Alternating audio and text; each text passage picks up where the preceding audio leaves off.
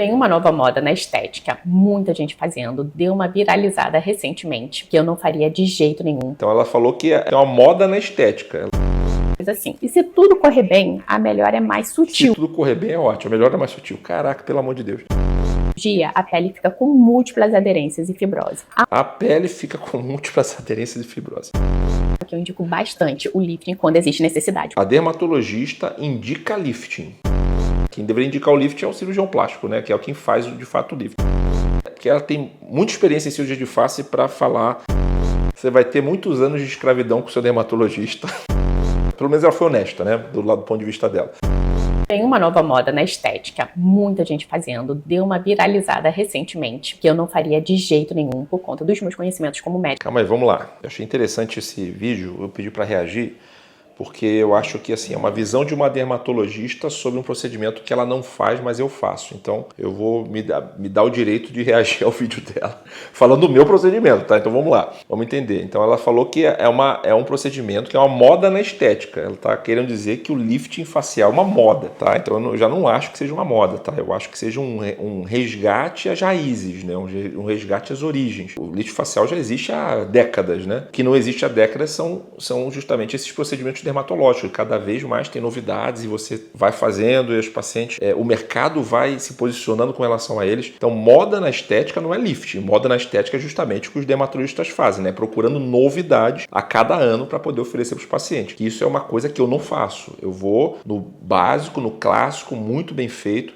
que é um belo lifting. O que mudou nos últimos 50 anos foi simplesmente mudar o plano operatório, que na verdade não tem nada de novo nisso, né? Para quem não sabe, o lifting de plane foi desenvolvido na década de 90, gente. Então tem quase 40 anos de história, né, o lifting de plane. Só que, obviamente, foi popularizado mais recentemente. Mas é um lifting bastante antigo. Mas vamos lá, vamos continuar aqui. Dermatologista, que é o lifting facial precoce, antes dos 50 anos. Ah, tá. Então ela quis dizer do lifting facial precoce, antes dos 50 anos. Muito interessante. Essa observação é uma verdade, tá? Hoje, na minha época de residência, né, todo mundo só falava que o lifting só podia ser feito após os 50 anos. Isso é clássico, né? Ah, lifting é um procedimento depois de 50 anos. Até hoje tem muito colega cirurgião plástico que fala isso, tá? Mas acontece o seguinte, a gente tem que pensar nas opções que existem no mercado, né? Quais são as opções? Você tem a opção de fazer um preenchimento, um bioestimulador, alguma tecnologia ou um lifting de face. Dependendo do caso, dependendo da sua genética, pode ser necessário pode ser suficiente fazer uma técnica mais simples, né? Se você tiver sorte, mas pode não ser suficiente. Você pode fazer técnicas mais simples e você não ficar satisfeito com aquilo. Você continuar tendo problema de autoimagem com relação àquilo. E às vezes são problemas que são tratáveis cirurgicamente. É óbvio que a gente está falando de uma cirurgia, a gente está falando de uma invasão maior ao corpo, sem dúvida nenhuma. Mas que também a gente tem que resguardar. Eu estou falando aqui também de cirurgia de alto nível, tá? Cirurgias com profissionais especialistas, cirurgias com pessoas que dominam plenamente a técnica. Isso também tem que ser levado em consideração, tá? Então, hoje, na minha visão, e eu também achava isso há 15 anos atrás, que cirurgia de face só era para pacientes depois de 50 anos, mas hoje, simplesmente, eu fui baixando as minhas indicações para pacientes mais jovens por uma questão somente de lógica, porque eu pegava pacientes, às vezes, com 45, 40 anos, que a única opção que eu conseguiria oferecer um resultado consistente era o lifting. E eu comecei a fazer lifting nessas pacientes de 40, 45 anos. E depois eu comecei a abrir mais a minha mente para pacientes mais jovens, dos 30, 35 anos, e que as queixas da paciente eram compatíveis com apenas um tratamento. Essas pacientes de 30 anos, de 35 anos, elas obviamente já vieram de um histórico de tentativas de tratamentos dermatológicos e que não tiveram efeito, ou às vezes casos desastrosos, né, de fazer essas desarmonizações faciais, por exemplo, né, que a pessoa fica com aspecto diferente do que é, né, fica menos natural do que deveria ser. E essas pacientes, às vezes com menos idade, elas se beneficiam também com técnicas modernas de lifting. Por que isso acontece? Simplesmente porque as técnicas mais modernas de lifting, nas mãos certas, vão sempre trazer resultados naturais. Sempre. Independente de qualquer coisa, você vai ter um resultado natural fazendo um lifting bem feito, tá? Em qualquer idade. O paciente mais jovem que eu já fiz tinha 27 anos de idade na época, hoje ela deve estar com uns 30 e poucos, e eu falei com ela em algum momento recente aí, eu sei que ela está super satisfeita com o resultado, e ela era uma pessoa frustrada com outros outros tratamentos que ela vinha fazendo antes, certo? Eu não acho que dá pra gente generalizar essa questão da idade, né? A partir dos 50, não. Cada um tem a sua genética, cada um tem a sua sorte e cada um tem a sua indicação. Então não dá pra vir aqui falar de uma técnica contra uma técnica de uma forma genérica dessa forma. Vamos continuar aqui. Quero deixar claro que eu indico bastante o lifting quando existe necessidade, pois os resultados são incríveis na mão de um cirurgião habilidoso. O problema é que a dermatologista indica lifting, né? Você viu o que ela falou aqui. Ela indicou o lifting para paciente, né? Quem deveria indicar o lifting é o cirurgião plástico, né? Que é quem faz de fato o lifting. Mas tudo bem, vamos relevar isso daí. A ritidoplastia não é o passaporte para a juventude eterna. O lifting não é passaporte para a juventude eterna. Concordo plenamente, né? Eu nunca vou falar para o paciente algo diferente disso. Assim como nenhum tratamento dermatológico também é um passaporte da juventude eterna. Nem o peeling de fenol, que é um dos tratamentos mais eficientes do mundo para rejuvenescimento de pele, é um passaporte para a juventude eterna. O processo de envelhecimento ele continua sempre, né? Você faz um lifting de face, você faz um peeling de fenol, eu sempre falo para o paciente, depois de um ano desse procedimento, você volta a envelhecer naturalmente. Só que você volta a envelhecer a partir daquele novo momento. Isso que é o interessante dessas técnicas, né? Porque são técnicas definitivas. Você está alterando a qualidade dos tecidos, você está mudando a posição dos tecidos, você está mudando radicalmente, né, a qualidade de uma pele, por exemplo. Tá? Então, a partir de um ano, óbvio, você vai voltar a envelhecer e vai precisar fazer de novo, com certeza, daqui a 10 anos, daqui a 15 anos, o que é normal. Agora, é uma decisão, né? Você quer fazer um procedimento a cada 10, 15 anos, você quer fazer 5, 6, 7 procedimentos por ano, né, para não atingir o mesmo resultado. É uma questão filosófica. Quem decide é o paciente, né? E ele tem que ter essa visão de saber o que é melhor para ele, se ele está disposto a fazer uma cirurgia ou se ele está disposto a fazer procedimentos menores com resultados também menores. Continue envelhecendo. E após 10 anos, sentirá a necessidade de um segundo lifting. Sem dúvida. E este traz uma série de riscos, independente da técnica utilizada. Verdade. Após a primeira cirurgia. Existem riscos independente da técnica utilizada, sem dúvida nenhuma. Só tem um detalhe que ela não está comentando aqui, que é o seguinte: o risco tem muito mais a ver com o cirurgião, com quem está fazendo, tá? Então eu sei que isso é difícil, tá? Eu vejo aqui nos olhos das consultas, das pessoas de consulta aqui, o quão difícil é escolher o cirurgião. E eu sei que quando você faz essa escolha, você está definindo o seu futuro, principalmente no rosto, não tem onde esconder. E com certeza absoluta, o que mais eu tento transparecer aqui nos pacientes é a segurança, o nível de segurança que a gente trabalha. Toda a nossa estrutura, não só comigo, com a minha equipe, com a minha estrutura aqui hospitalar, tudo é 100% focado em segurança. E é claro, porque a gente está mexendo com o rosto, porta de entrada da alma das pessoas, né? E a gente tem consciência disso, sem dúvida nenhuma. O principal foco abordado aqui em consulta é sobre segurança. A pele fica com múltiplas aderências e fibrose. A pele fica com múltiplas aderências e fibrose. Vamos lá, lógico, tem casos e casos.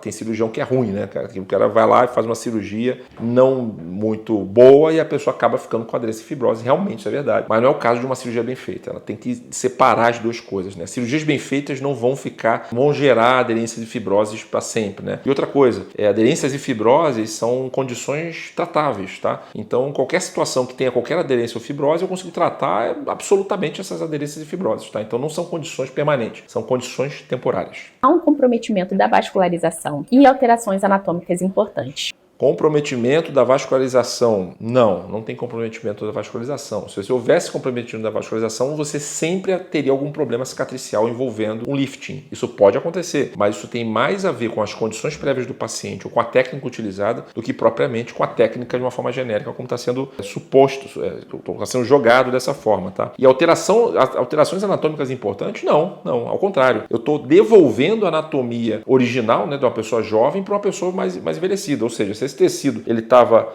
da região malar, estava aqui em cima, ele veio parar aqui embaixo, eu não estou fazendo alteração nenhuma, a não ser devolvendo esse tecido para o local de origem, né? Estou pegando esse tecido malar e devolvendo para o local lá de cima. Que aumentam o risco de lesões nervosas. Risco de lesão nervosa.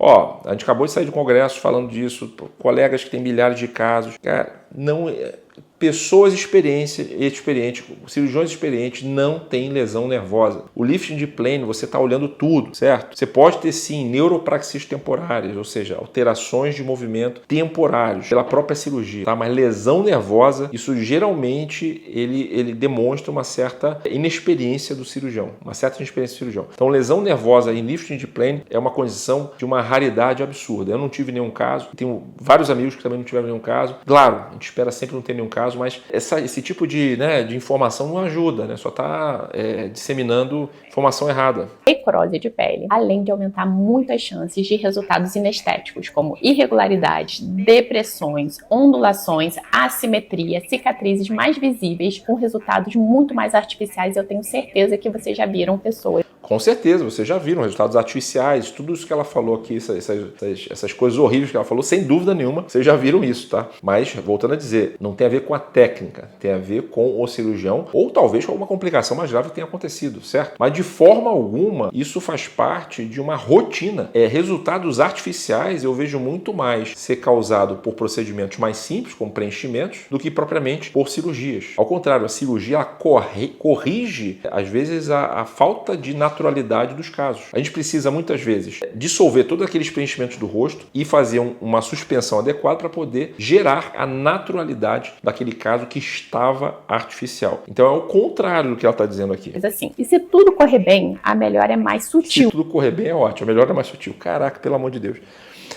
Tudo correndo bem, como acontece em 99,9% dos casos, a melhora é absurda, né? Você pode pegar qualquer caso, vai lá, sobe o feed lá, ó. Vê lá se você acha algum resultado sutil. Só vai encontrar resultado sutil se a paciente já estava muito bem antes. Foi feita uma correção mais simples, tá? Mas se você tem uma indicação correta, na pessoa certa, né, com o cirurgião certo, os resultados não são sutis, os resultados são consistentes, naturais e consistentes. Depois tem menos tecido para puxar, além das aderências que dificultam a atração. A minha dica...